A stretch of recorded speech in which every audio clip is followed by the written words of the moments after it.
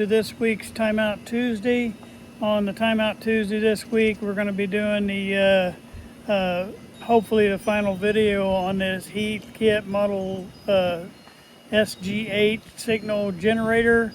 We're going to try to finish cleaning it up, do a little, just a little bit more on it, and then we're going to power it up, and we're going to probably test it on again on our Philco Model 70 chassis. I think it would be fine for that. We might do partial alignment or something on it with that, and let's just see if it works right and if we have any issues with it, because we shouldn't. And I'll go over a few things on that Heathkit. I did spend some time this week reading up on the manual. I read a lot of things in the manual. Now I'll be the first to tell you, I'm not an expert on the Heathkit SG-8, but I can show you the basics of it, and then if you want to get any deeper than that, you probably get online to some of these experts out there. But you know, I'll go over what I found out and share that with you, because you know, if you're just starting out, I probably know a little bit more than you because I read the book. But we'll share what I've learned, and then we'll go on from there. All right, I hope you enjoyed today's video. Thank you. Hello and welcome to today's video. Today we're going to try to get this thing back in the case, and then we're going to try to do a little bit of a test on it to see if we can get any kind of noise out of it. That's my plan. I got a little bit of cleaning to do, and other than that, I think we're kind of ready, I think, to put it back in the case, because I think we got everything else done underneath here. It already had the recap done. We checked all the resistors. I replaced all the resistors down here. I do want to talk a little bit about what I read in the book. I kind of guessed this the other day when I was looking at this, but I didn't want to say without me reading and making sure. But this is an attenuation thing. This RF steps that you see right here, that attenuates your signal. Like if your signal's coming in too strong, you can either add or remove attenuation to it as needed, or not enough, you know what I mean? But either way, you can fix that attenuation thing. I'm going to just get me a little bit of Windex, and I'm going to try to clean a few things real quick. We'll get this case back on here, and then I'll set up here and see if we can get some kind of signal. We're going to try to do the IF alignment on the Philco Model 70 again, just because I'm not happy with that alignment anyway. So let's just see what we can do with that, and we'll see if we can use this thing to do it. All right, so hold on there and let me get cleaned up here. I think I should be safe with a little bit of Windex on this thing. It's not bad. It's just got a couple little, look like somebody flicked some I don't know if that's paint or if that's I really don't know what it is. Little brown flicks that almost look like food products. But it's coming off on most places. And then I was going to take this thing off, but I think I'm just going to run down behind it, because I don't think it's that bad. It's just dusty behind there. So I'm just going to run my paper towel with some Windex on the back side of that. And I think that'll get me clean enough to make that work. It's just mainly them little spots that was on there. I went ahead and shut off all my soldering irons right now, because I don't think I need that for a little bit here. And it don't look like the Windex. I tested in a couple of places. I don't think the Windex is going to hurt anything on here. Yeah, I just got a few little, I don't know if I can pick at that with something here. I don't want to scratch this paint, but I'm just going to see if I can poke one of these and see if it'll come off. All right. Try something flat, maybe. It almost looks like somebody flipped some food on there or something.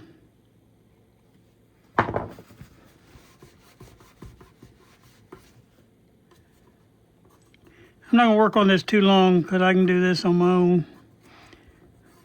I can do that later. Main thing I wanted to get was the knobs dusted off, and that little bar that goes across there. It's actually a nice little unit. Yeah, I'll work on that. Those are going to come off in those spots, whatever they are. Okay, let's wipe down the inside a little bit before I cover it up. This is just water on this rag. It's just got a coating of dust. I gotta be real careful around these coils.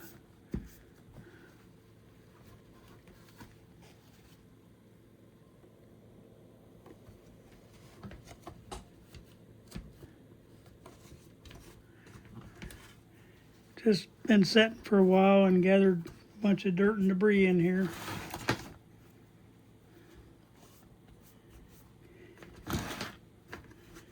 Yeah, I know a lot of you probably reach out to me and say, hey, that RF step is for RF attenuation. And like I say, when I saw it the first time, I was pretty sure that's what it was, but I just didn't want to say it. I won't put out bad information. So, and you know, I'm not even an expert on attenuation. I know what it is. You know, for you that are totally new, you know, you have to sometimes, like example, when you're doing an alignment, it'll tell you to put a resistor in line or a capacitor in line with your signal generator, and it'll what it does is it don't overwhelm your system in there, and it helps you to get a better alignment, and so it'll put that in line with it. Well, it's the same way then with this. It's just got the resistors internal, and that's those resistors right there that I had to replace because all of them got burned up for whatever reason. Somebody probably flipped in high voltage in through there, and those are just small resistors, so you know they can't handle that, and it just burnt right through them. All right, I think I'm happy with that. Let's look at the case real quick.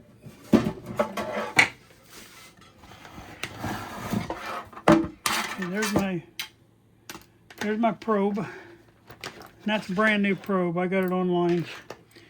Let's wipe out the inside of this case because it's just about as dirty. And get that all cleaned out. I'm not going to paint this case. It's pretty good.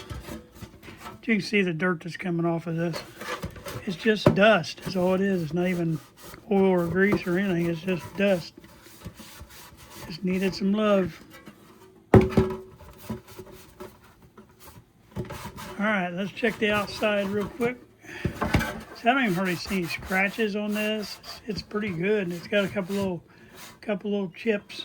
That looks like silver paint on there. I guess it's a chip. The handle has got some junk on it. Now I can clean on that on the side too. I'll do that later, so we don't waste any time here. We just want to get this thing working on this video. Okay, if I see anything else that bugs me, we'll do it. Now I'm going to stick this. I'm going to stick this through here. I just want to double check myself, make sure there wasn't anything else I was supposed to do under here. I don't think so. Oh, by the way, I was going to talk about this too. I forgot about that. All right. On the book, it shows this. I told you guys I suspected that being A-band. The only reason I suspected it had these big coils right here, and you have the low end and the high end of the band. But that's A-band, this B-band, and then this is C-band, and that's D-band. And then your E-band is these wires down here. There's three of them. 1, 2, 3. There's EA, EB, and EC. But when you flip it over on E, that's what those do. And they work off of those just wires. It's not a full coil. It's just a length of wire that does different things for you. Hardly ever will you use the E-band. I'm just telling you. You're going to use A and B mostly. Okay. Now remember, we only had one little screw for this thing, and I'm going to see in my box of fun that I've got.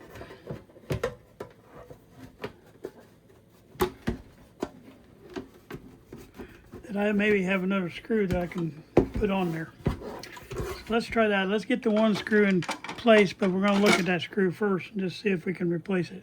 It's just a little standard little threaded screw, which I don't even know if that's the right screw for that. Oh, I see what happened. Take that back off. I see exactly what happened. Huh. When they mounted that terminal strip on to put that diode on, they used a screw from the back all the way through there. Oh boy. How stable is that thing? Let's take that off here just for the fun of it and see. That wasn't too smart. That makes a lot of sense though. That makes a whole lot of sense. I wondered what did they do with that screw?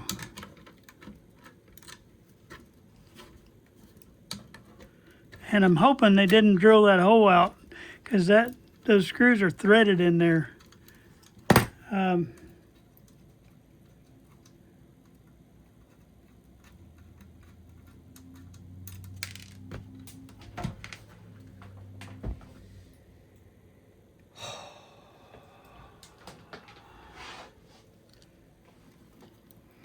Well, since that ground is not in use, and they sure did, they drilled that hole. I can find a bigger one. I'm going to run a threaded one up through there and take the nutted one out. And that way I can get my back screwed on both sides. So now I'm going to have to find a screw that's like that one, only a little bit bigger, because they drilled this hole out and put that terminal strip on. So I think this one will be too small now. It won't catch it. So I got to find one with a little bit bigger thread. Just give me a second here, and I'm going to go off camera and find our screw for us. All right. I did find a fatter screw to go in that. We'll put that back on in a minute. We're going to do a power up real quick to make sure nothing's smoking or anything like that. All right, so shut my little fan off so it won't be making noise. All right, so what I got 2 light bulbs that I'm going to put in, and then I'm going to start bringing the Variac up here. And I think this thing can handle the first 2 light bulbs for sure, even if there's a dead short. So now I'm going to start bringing it up. You can watch the little meter at the top right side of the light bulbs, and it should start lighting up here in a minute. As long as those green amps underneath there don't go crazy, we should be good to go. Now, I'm seeing something that's bothering me right now is it went to, oh, I forgot to turn my thing on. Hold on. Forgot to turn my power switch on. Duh. Okay, let's try that again. Now I should see some amps going. There we go. Yeah, you have to have your power all the way on. And it shouldn't be pulling a whole lot of amps coming out of here.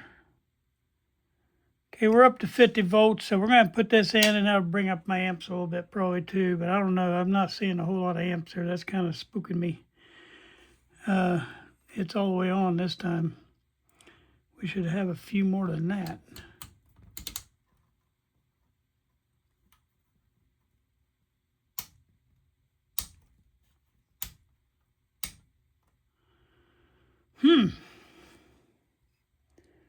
We'll go on up with the voltage and see if our amps move at all. It should be moving somewhere, and it's not.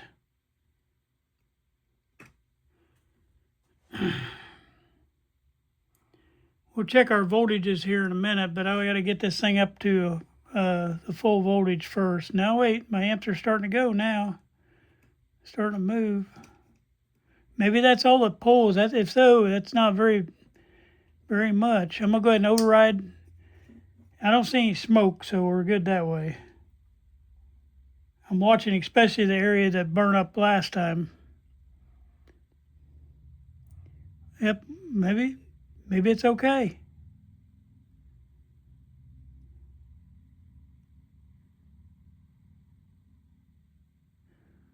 We'll go about the 118. Okay. If so, this is only like 70 milliamps that thing's pulling, if that's true. I don't know, man. That seems awful low. But I'm used to them big old radios. All right, let's get our multimeter ready. And we're going to start checking some voltages in here.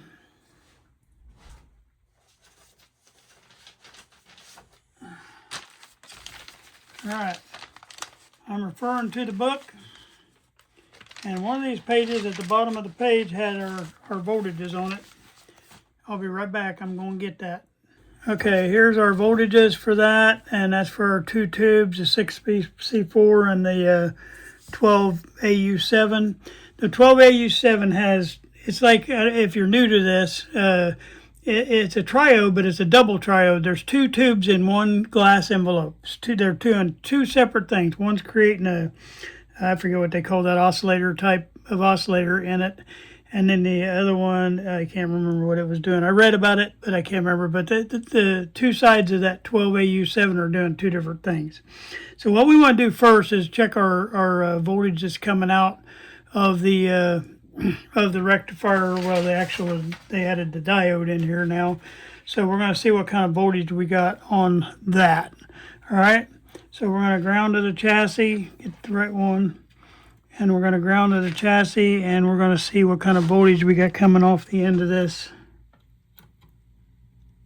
Oh, I got to get it on voltage. Let's try that again. I'm telling you guys, just don't think. Sometimes I move before I think.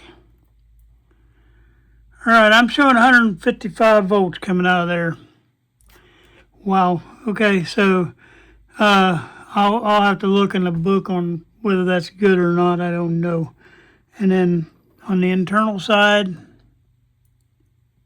okay, and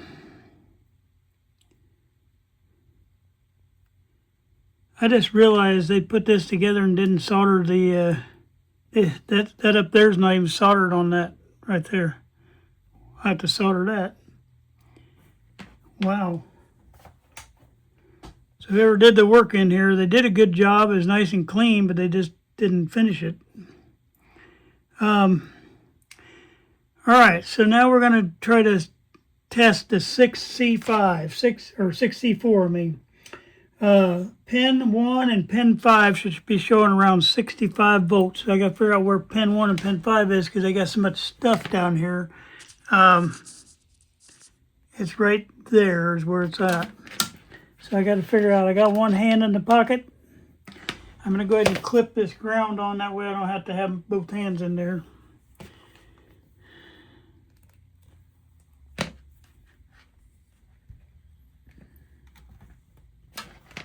Okay, see where I can figure out where my key is on this dumb thing. Okay, pin 1 should be right there. And we got more than 65 volts. And then pin 5 is 5. So both of them are getting 105 volts.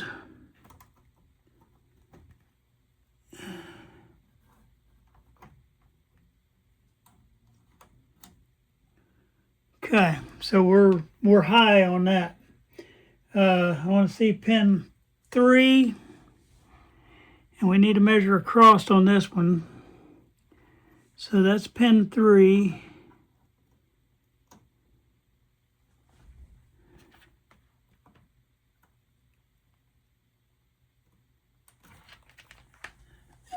Flip it to AC.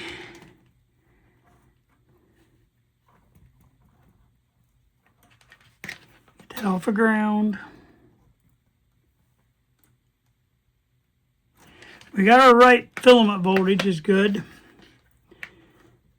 So that part's good. Now we want to check pin 6, and we have a -6 on our bias voltage, which is probably going to be off because the other one's off. Yeah,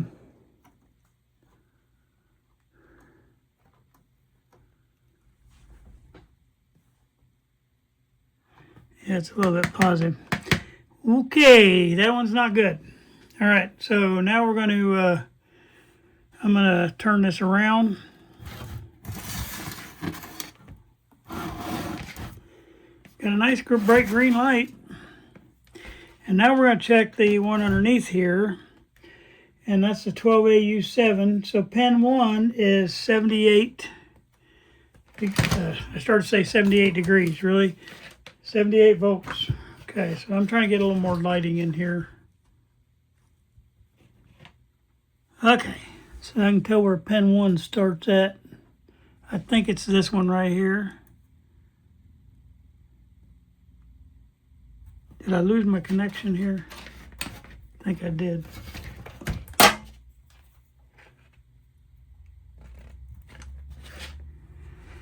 And I'm not quite sure if I'm on pin 1 yet. It's hard to see up in there. Yeah, that should be pin 1.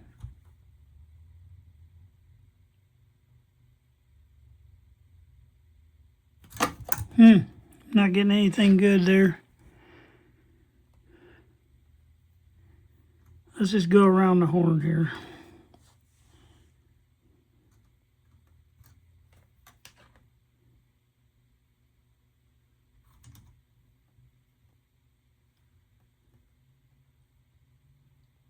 Let's see if we can find pin 6.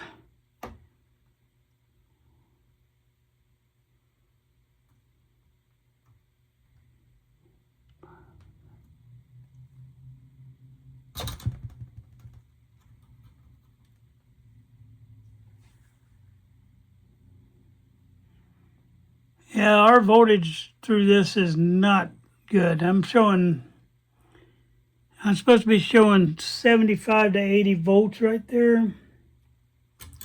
Unless I'm on the wrong pins. I'm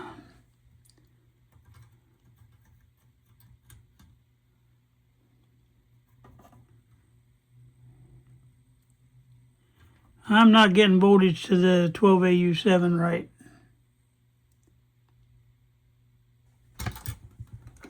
Let me try it here.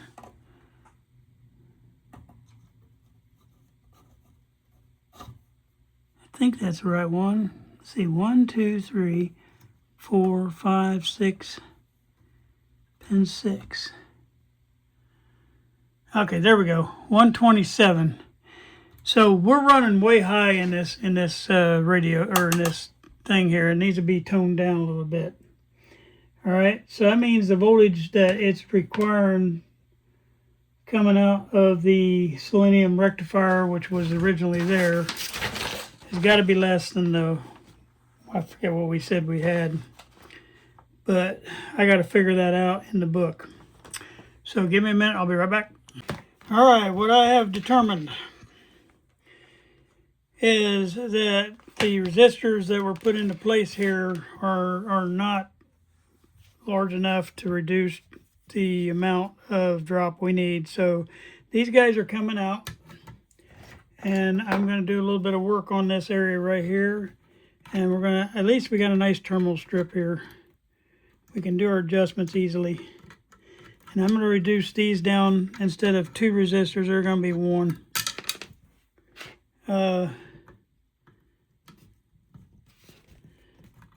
And I'm also, they have 5 watts in here, and I'm going to put 10 watts on these. All right, so I just got a little bit of cleanup to do on this. I've been cooking my soldering gun for a minute.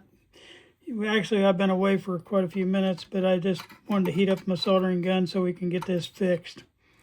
All right, so they had an 82 and a 56 in there. All right, so we know we got to go higher than that, because right now we're running about, if we were supposed to be 75 volts and I was at 127, so we're about 50 volts too high. And I still don't have the exact amount we're supposed to have coming out of there, but I know it ain't going to be 150 something we were getting, so it needs to be dropped. And so they did a real good job of soldering all this, but they didn't do such a good job of deciding what voltage to get here. That's when I need my buddy over there that told me the other one on the IT12. We need him to have figure that out for us. But I'm going to figure it out here right now. Might be a little trial and error, but we're going to get it. All right, all I'm doing is cleaning up this stuff. And while I got this soldering gun over here, I'm going to solder up the switch up there that nobody soldered in. There's just free wires floating right there on the switch, and I didn't even see it when I was doing my cleanup. All right. Just gotta make one more hole here and we'll be good.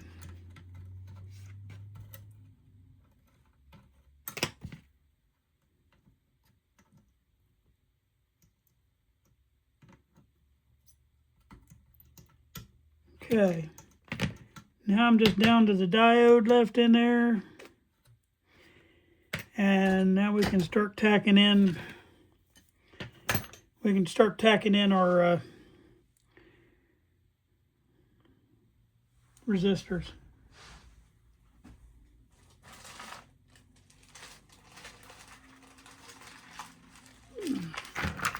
I need to get these organized someday, but I got a whole bunch of these resistors, and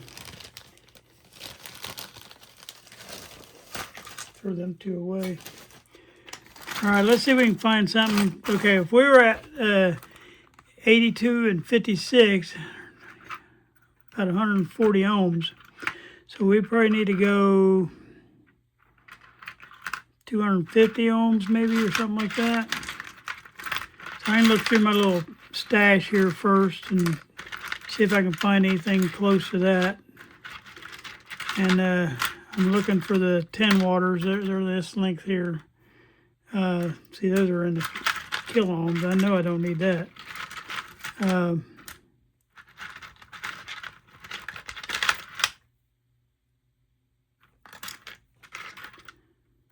Yeah, I think a 250 might work, but I just got to find one. Seems like all the ones I got in this tub are all larger sizes. 10K, 1K.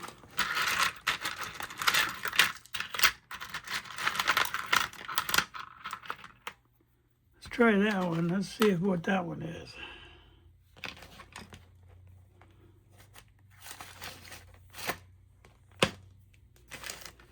Okay, there's one I'm going to try here.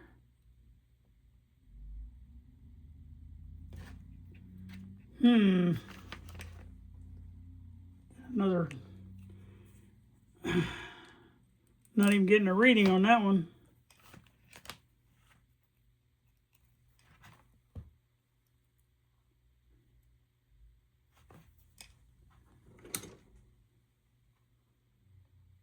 Nope, that's less ohms than the other one.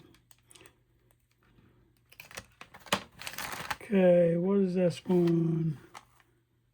7.5 ohms, that's too small. Needs something more than my 150 ohms that we had in there. Here's a 200 ohm. Wonder what that would get us. Make sure I'm just checking these to make sure they're 200 ohms. Yeah, it's just a little over 200 ohms. Now, it's got a diode already hooked on the end of it, so I might have to get that all folded.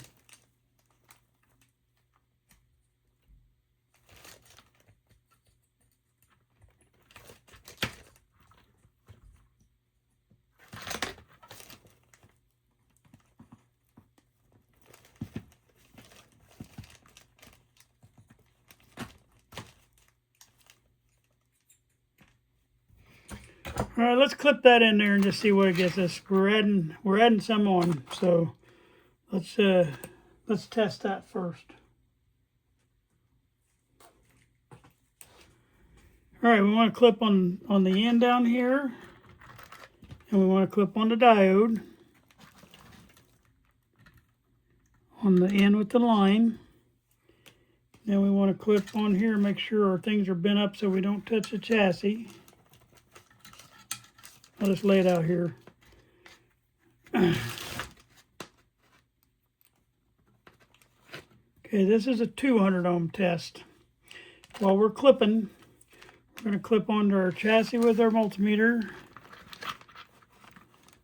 And we have that already set up. And then we'll clip onto the end of this with our power, because that's where the green thing is, where we're going to see the end result.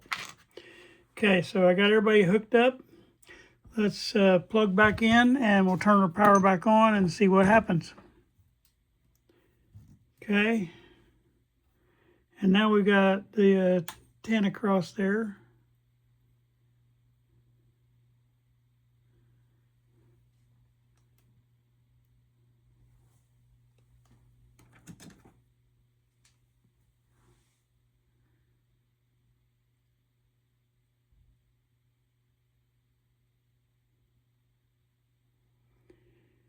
And I am just saying that there's not much difference in that I can't remember what that original reading we had was, but we're going to have to go considerably higher because that didn't bump it hardly at all. I think I went down maybe 6 ohms or 6 volts. I mean, so we're gonna have to really find something a little more beefy. And now I'm looking for a 500 because we got to drop this significantly for another at least 20 volts. Let's just put another 200 in line with it, even though at least it'll let us know what we got to do. All right, let's turn that off. And let's see what another 200 will do. Okay, I'm going to hook this to that. Hook the two 200s together. Heck, I'll just twist them a little bit.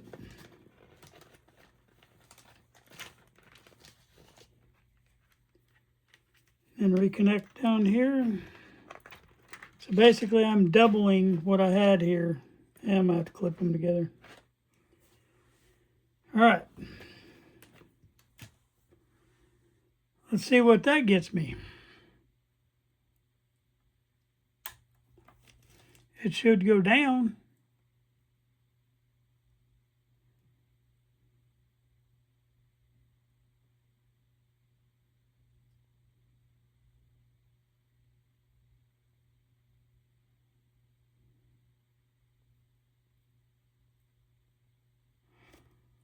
Well, what were we supposed to have at that 6C5? What voltage was it?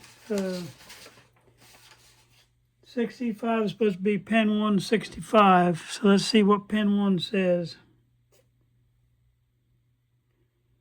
See, I got to get my right thing pulled off of here. Put that on pin 1.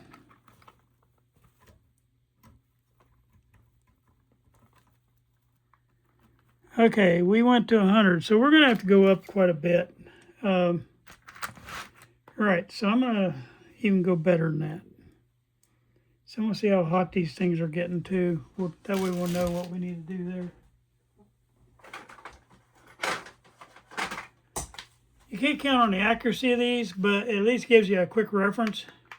So if you want to see where things, and after a while you check a good working radio and you kind of know what you're looking for, temperatures and stuff. And if you just see it going way out the top, I mean, about the hottest thing in a radio is like one of the output tubes, and they're like 200 some volts or degrees. And so you know anything coming up close to that, it's something you need to deal with. It just gives you a quick reference, but I wouldn't bank on it, Trying to find something to add here.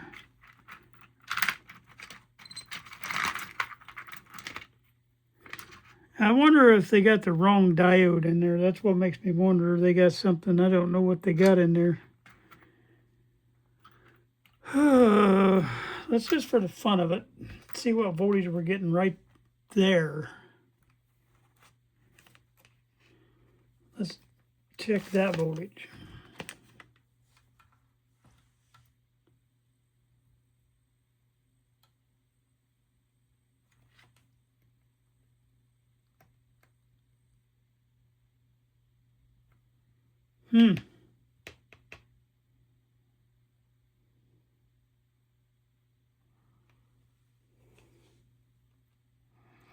Definitely going to be interesting. All right, I'll be right back. All right, it took me a minute, but I finally dug through my stash here, and I found one I think is going to work for us. I tried also just to see if they had a 5404 in there as a diode.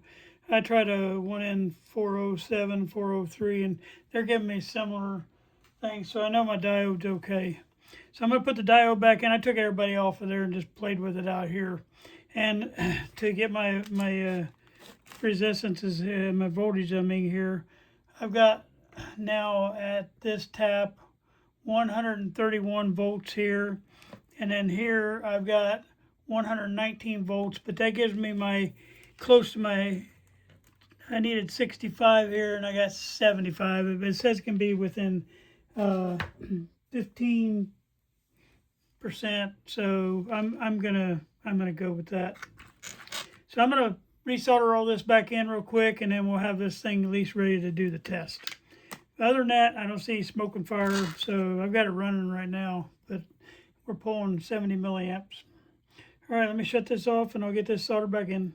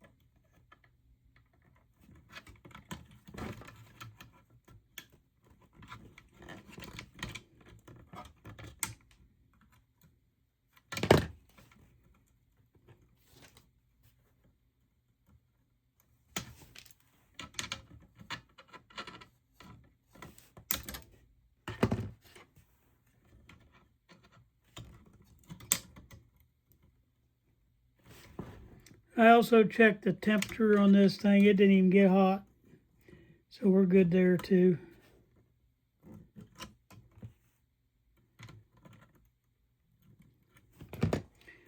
All right, we got that hooked back in. So let me get it hard soldered back in.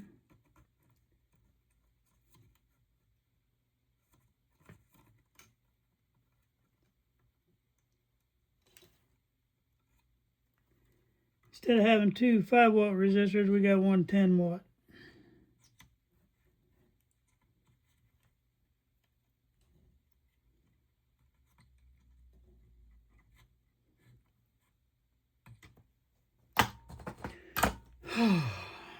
All right, we're gonna live with that. Get this all tucked back in there again.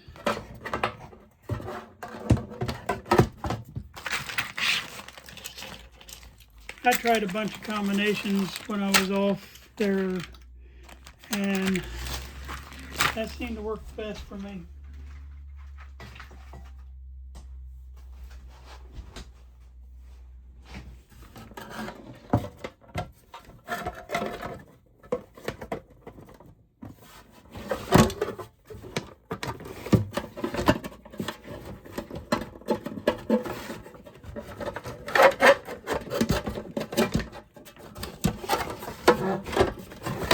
Had my cord all watered up in a bowl. Yeah, let's do that. It's still trying to water it.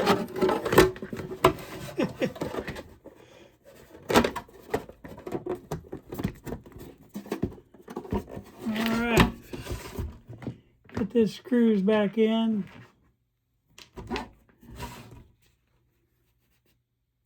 The fatter one goes on this side.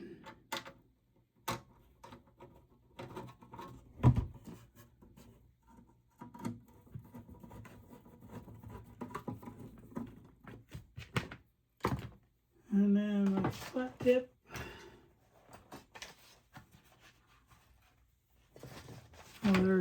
up here.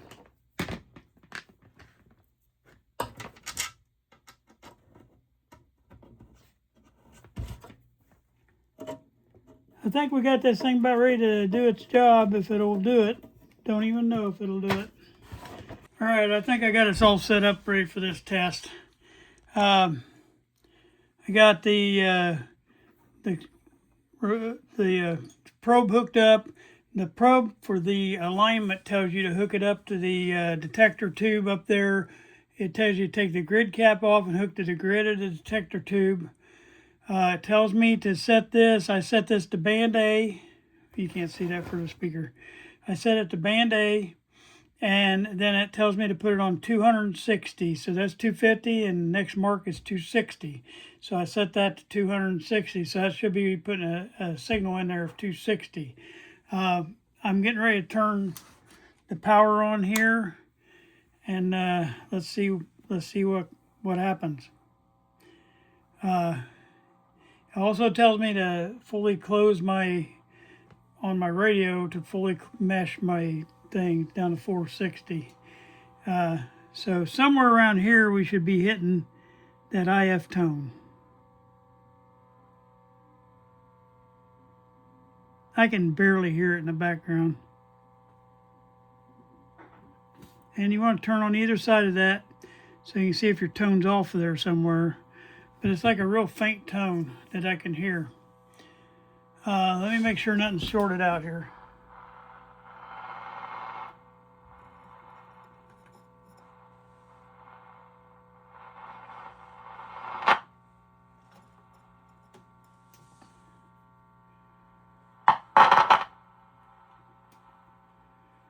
These grid caps on these tubes are huge, and it's hard to get something to fit over the top. I'm just making sure I'm not shorting ground out somewhere.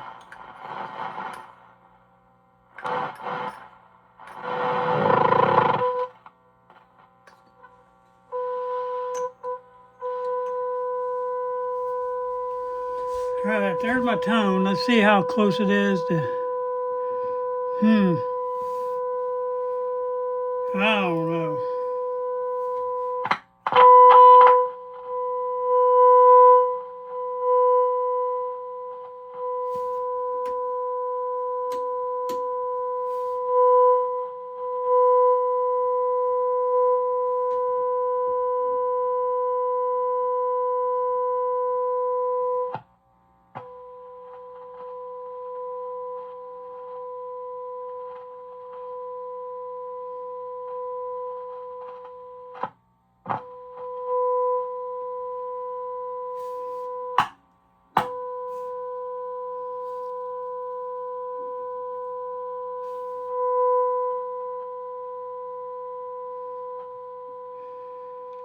See, you got an audio side and then you got a radio frequency side. And I think earlier I had that probe hooked up over here on the RF side. But you got your volume and your out button for the RF, and then you got your volume and your out for your audio frequency. What's baffling me a little bit is, and it's probably just because we're down so low that I'm getting that signal across here, but let me try this. Let me try to tune this away.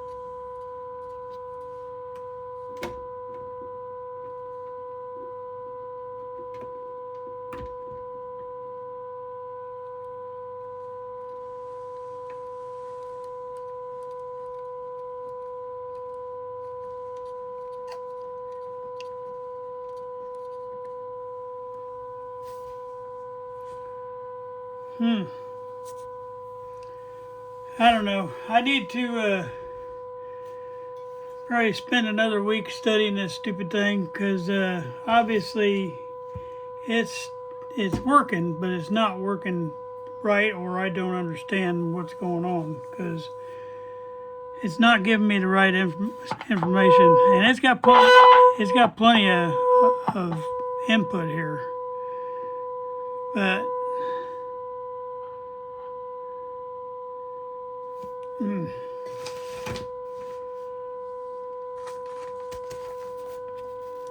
These alignment instructions are almost microscopic here, which makes it real funny for me too.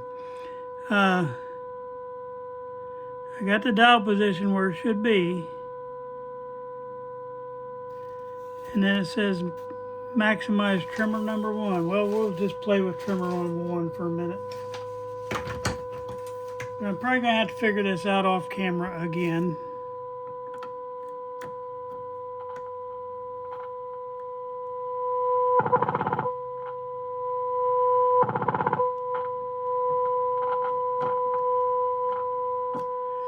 That did improve.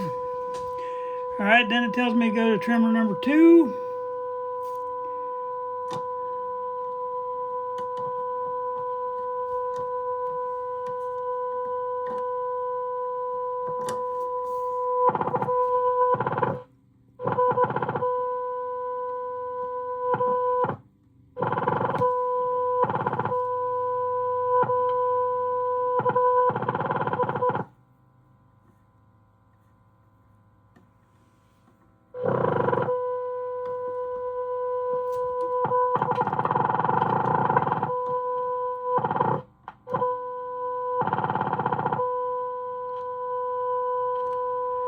Now I've got this volume turned way down here. We got a good signal. I'm just trying to turn it down so I can hear any.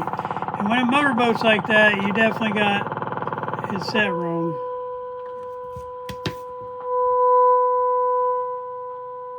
All right, I got to take this little nut off here because the other one's behind a wall here, and I got a little panel in the way here. This is trimmer number 3.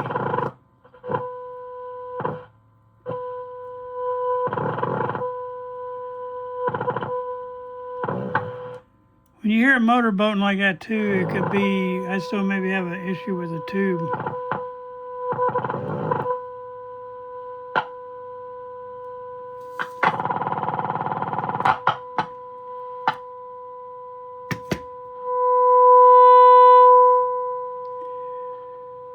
All right, well, that seems to be working. I'm probably not going to come back to this.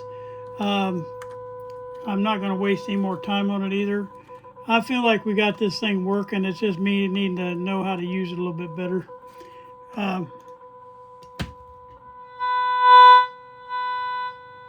when I put that cap back on there, it made it do that. Hold on.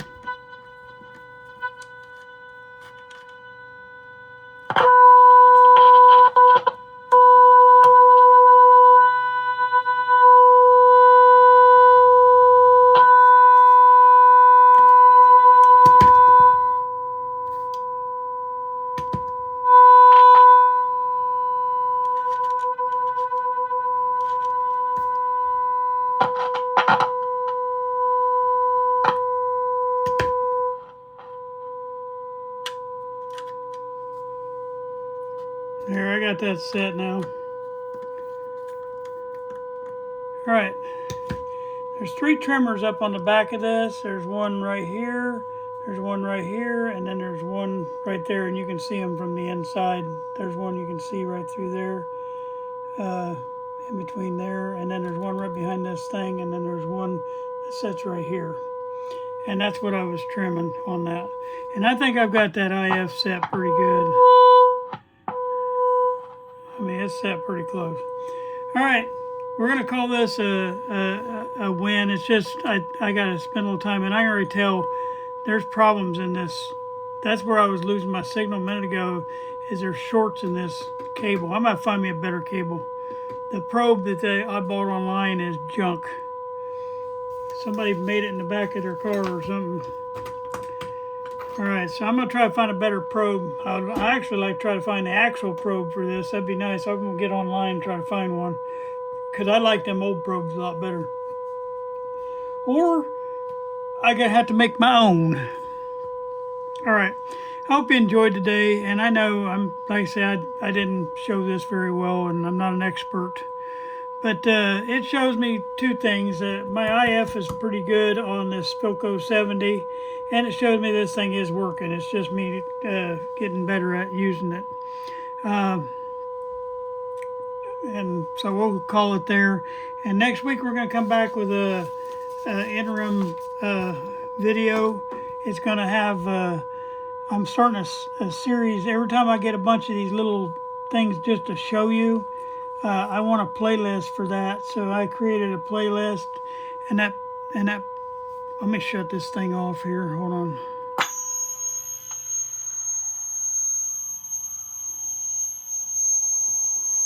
Interesting. All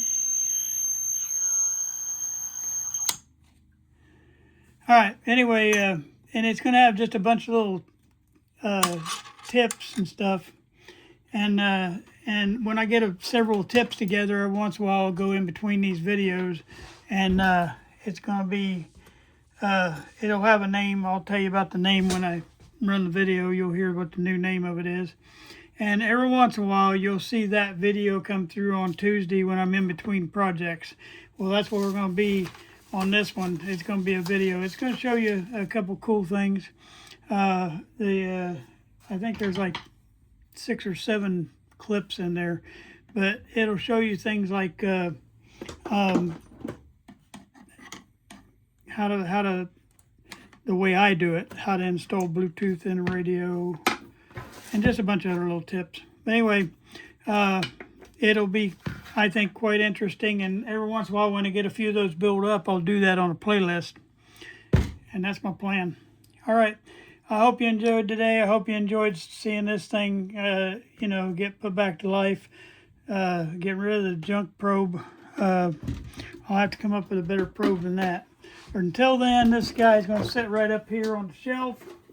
And I'm going to go study the book a little bit more, make sure I'm using it right. And I'll get better at it. And then I'll be able to come back at it, maybe show you a little bit better how to use it. I don't claim to be an expert. You guys know that by now, and sometimes I'm learning right along with you, and I'm okay with that. I'm not so proud that I can't learn right alongside of you, but there are some things I know, and I think when we get into some of these radios on the troubleshooting, I'll be able to help a lot of you. There's several of you I've already helped out away from the YouTube, and I think you guys can kind of tell that that's probably an area that I'm better at. I can analyze a problem, figure out how to fix it, and that's what I do. All right, I'm done with this, the Heathkit runs, and unless I find one of them little oscilloscopes, I might do one on that. And I wasted $20 on this little guy, though. Don't buy one of these. It had shorts in this end and that end. I just wiggled a little bit and I lost my signal. So, don't do that. I'm going to buy me a used one that I know was made right and it'll work good. And that way I'll have one to fit that right. Just give me time and I'll get me one. All right. Thank you guys. Reach out for any questions. Tell your friends about it. Appreciate you. All right, this is the ending of this week's videos, and I hope you enjoyed that today. Looks like everything went as planned, so we will continue on with something else next week. I really haven't decided which route I'm going to go next week. I've got things I want to give you. I'm going to start a playlist that's going to be related to tips and nothing huge, but just little things that I run across when I'm in here working on radios. And I was going to add it to the schematic playlist, but doesn't that look inviting? But I decided I'm just going to make its own playlist. That way when I get little tips, I can add them to that playlist, and just little things that will help you to make you a little bit smarter when you're in there doing stuff on old radios. And as I run across them, no matter what model it is, I'll tell you what model I'm looking at and what I'm dealing with, and then we'll go from there. Anyway, I hope you enjoy that series when I get started on that. I don't know, it'll probably fit in on the Timeout Tuesday time. It'll be called something different though. All right, thank you guys for watching today. I just want to close out all my videos with this right here. This is my my motto, And it's going to be our channel motto from now on. It's sometimes you win and sometimes you learn. We don't ever want to lose. We want to learn from every mistake we made. I thank you guys for watching.